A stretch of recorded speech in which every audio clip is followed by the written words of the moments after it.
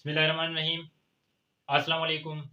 मैं आपको अपने चैनल सारम कोचिंग सेंटर में खुशामदीद कहता हूँ।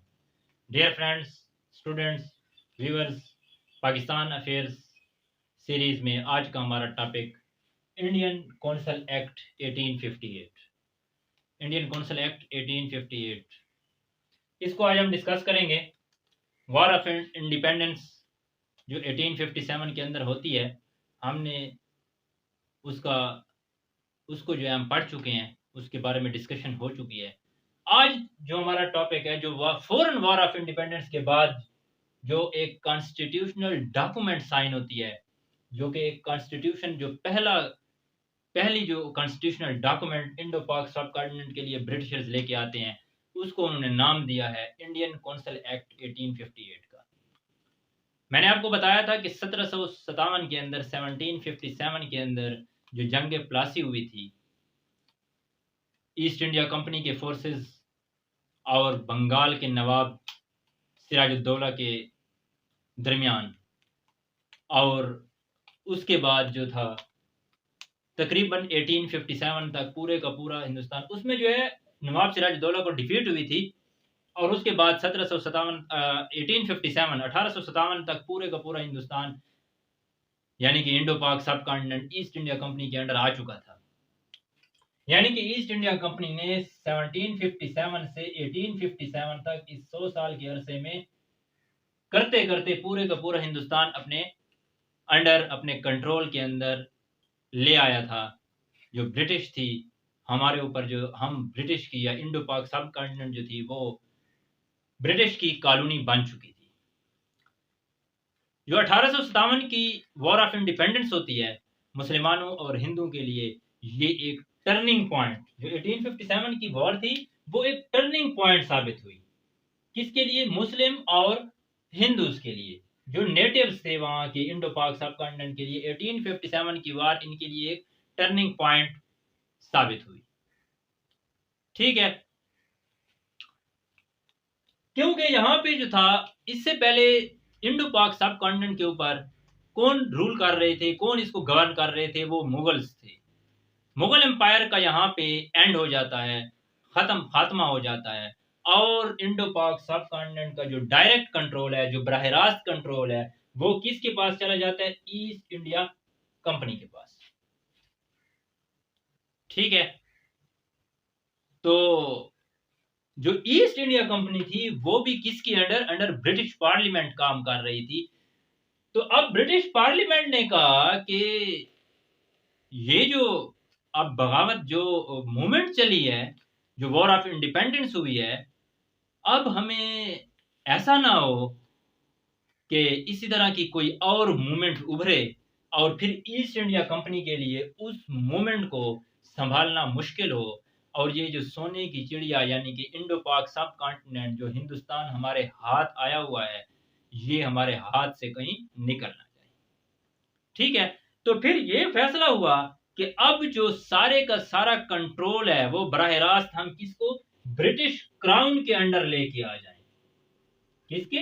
ब्रिटिश क्राउन के अंदर। क्योंकि अभी तक इंडो पाक को कौन रूल कर रहा था? ईस्ट इंडिया कंपनी रूल कर रही थी। तो अब उन्होंने ये फैसला किया कि अब इसको क्या करें? ब्रिटिश क्राउन, अगर ब्रिटिश क्राउन के अंदर ये आ जाए, ब्रिटिश पार्लियामेंट इसके अंदर डायरेक्टली इन्वॉल्व हो जाए, तो फिर जो है हो इसको हम कुचल डालेंगे, अगर कोई ऐसी कुछ उभरा भी तो।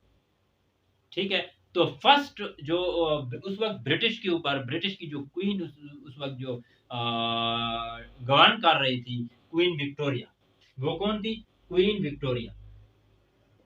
तो वो एक प्रोक्लेमेशन लेके आई, प्रोविजंस लेके आई 1 नवंबर 1858 को।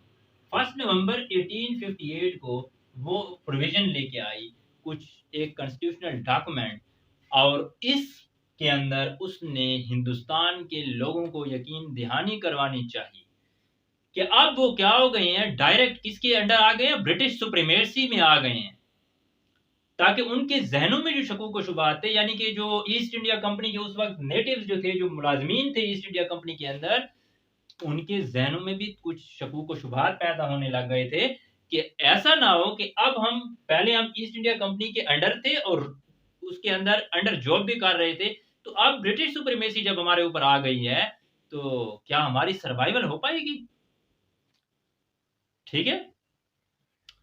तो आपको मालूम होगा कि हिंदुस्तान को अगर हम एडमिनिस्ट्रेटिव पॉइंट ऑफ व्यू से देखें, एडमिनिस्ट्रेटिव पॉइंट ऑफ व्यू से, ठीक है, एडमिनिस्ट्रेटिव पॉइंट ऑफ व्यू से अगर हम देखें, तो उस वक्त ईस्ट इंडिया कंपनी ने इसको क्या किया हुआ था, दो तरह से इसको तकसीम किया हुआ था।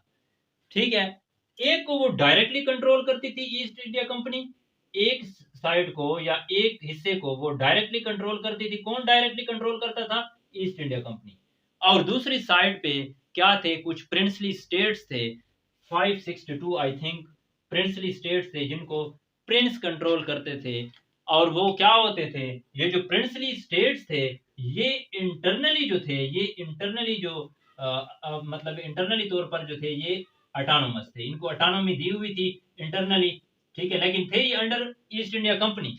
जो इसके एक्सटर्नल इनके अफेयर्स थे, जो एक्सटर्नल इनके मामलात थे, उसमें जैसा कि आपके पास डिफेंस हो गया, जो डिफेंस है आपका, जो आपके फॉरेन अफेयर्स हैं, ठीक है, जो आपके फॉरेन अफेयर्स हैं, जो यानी कि एक्सटर्नल जितने भी अफेयर्स आते हैं, वो ईस्ट इंडिया कंपनी के पास थे। इंटरनली जो थी प्रिंसली स्टेट्स को एक अटानोमी दी हुई थी इनने।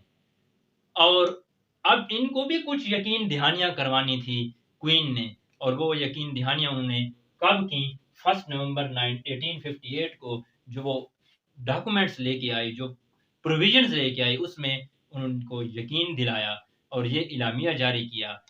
ठीक है, और उसकी जो जो उसने एड्रेस किया लोगों से, तो उसमें उसने जो वादा किया था, पहले पहले जो उसने वादा किया, वो क्या था?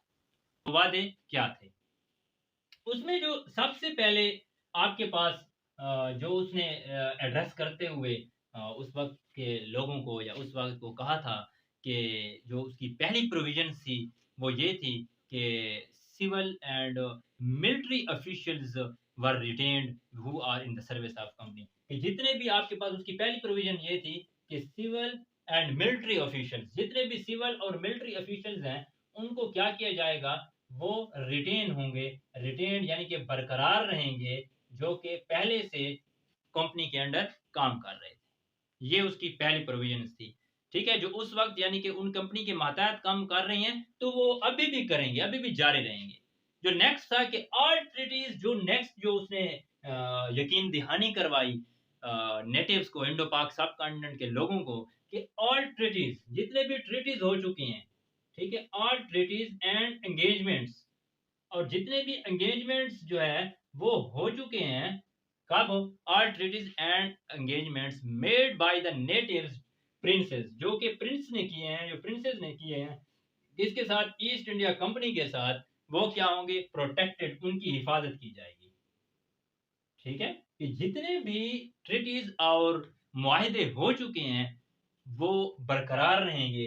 ये नहीं होगा कि अगर इक़्तिदार हमने संभाल लिया है कंपनी से, तो वो अनकंफर्टेबल फील ना करें, बल्कि बल्कि कंफर्टेबल फील करें। वही जो ट्रीटीज थी, एंगेजमेंट थी, वो वैसे ही रहेंगी जैसे पहले थी। नेक्स्ट उसके बाद उसने, क्वीन ने एड्रेस करते हुए उनको कहा कि हम आपके फंडामेंटल राइट्स को प्रोटेक्ट करेंगे। ठीक है, ये अब वो वादे कर रही है उनके साथ कि कौन कौन से वादे उन्होंने जो 1858 के एक्ट में पहले किए थे, कि फंडामेंटल राइट्स हम आप लोगों के प्रोटेक्ट करेंगे। ठीक है, कि each and every citizen of India have the right. उसके बाद जो नेक्स्ट उसने वादा किया, उसने कहा कि ईच एंड एवरी सिटीजन, कि हर एक शहरी, each and every citizen of India, ठीक है, इंडिया का जो भी शहरी है, हर एक, वो क्या होगा? Have the right to profess their own religion. Have the right, उसका हक है, हैव द राइट, उसका हक है, to profess their own religion. ठीक है, कि उसने कहा कि हम, ये नहीं है कि हम क्या करेंगे, इक़्तिदार संभाल रहे हैं तो अब जो है आपके रिलीजन का इख्तियार आपको नहीं देंगे। उन्होंने कहा कि हर एक, इंडिया के हर एक शहरी को ये हक हासिल है कि वो अपने मजहब को प्रोपेगेट भी कर सकता है, अपने मतलब ये है कि इबादत भी कर सकता है, जैसा कि सिख गुरुद्वारे में अपनी इबादत करते हैं, मुस्लिम्स मॉस्क के अंदर, मस्जिद के अंदर, हिंदू मंदिर के अंदर। तो उन्होंने कहा कि हम आपकी इन जगहों की हिफाजत करेंगे, यानी कि आप खुद जो है क्या करें, आप वहाँ वहीं पे अपने रिलीजन को क्या प्रमोट कर सकते हैं। ठीक है, नेक्स्ट उसने वादा किया एक लोगों के साथ, वो ये वादा ये था कि किसी भी हिंदुस्तानी के साथ मजहब की बुनियाद पर यानी कि रिलीजन की बुनियाद पर, ठीक है, रेस की बुनियाद पर यानी कि नस्ल की बुनियाद पर या कलर की बुनियाद पर लॉ के अंदर कोई भी डिस्क्रिमिनेशन नहीं होगी, कोई भी इम्तियाजी सलूक नेटिव्स के साथ नहीं किया जाएगा। लॉ की नजर में ऑल आर इक्वल, सारे क्या होंगे, इक्वल होंगे। ये वादा उसने किया था क्वीन विक्टोरिया ने प्रोक्लेमेशन के बाद, ठीक है।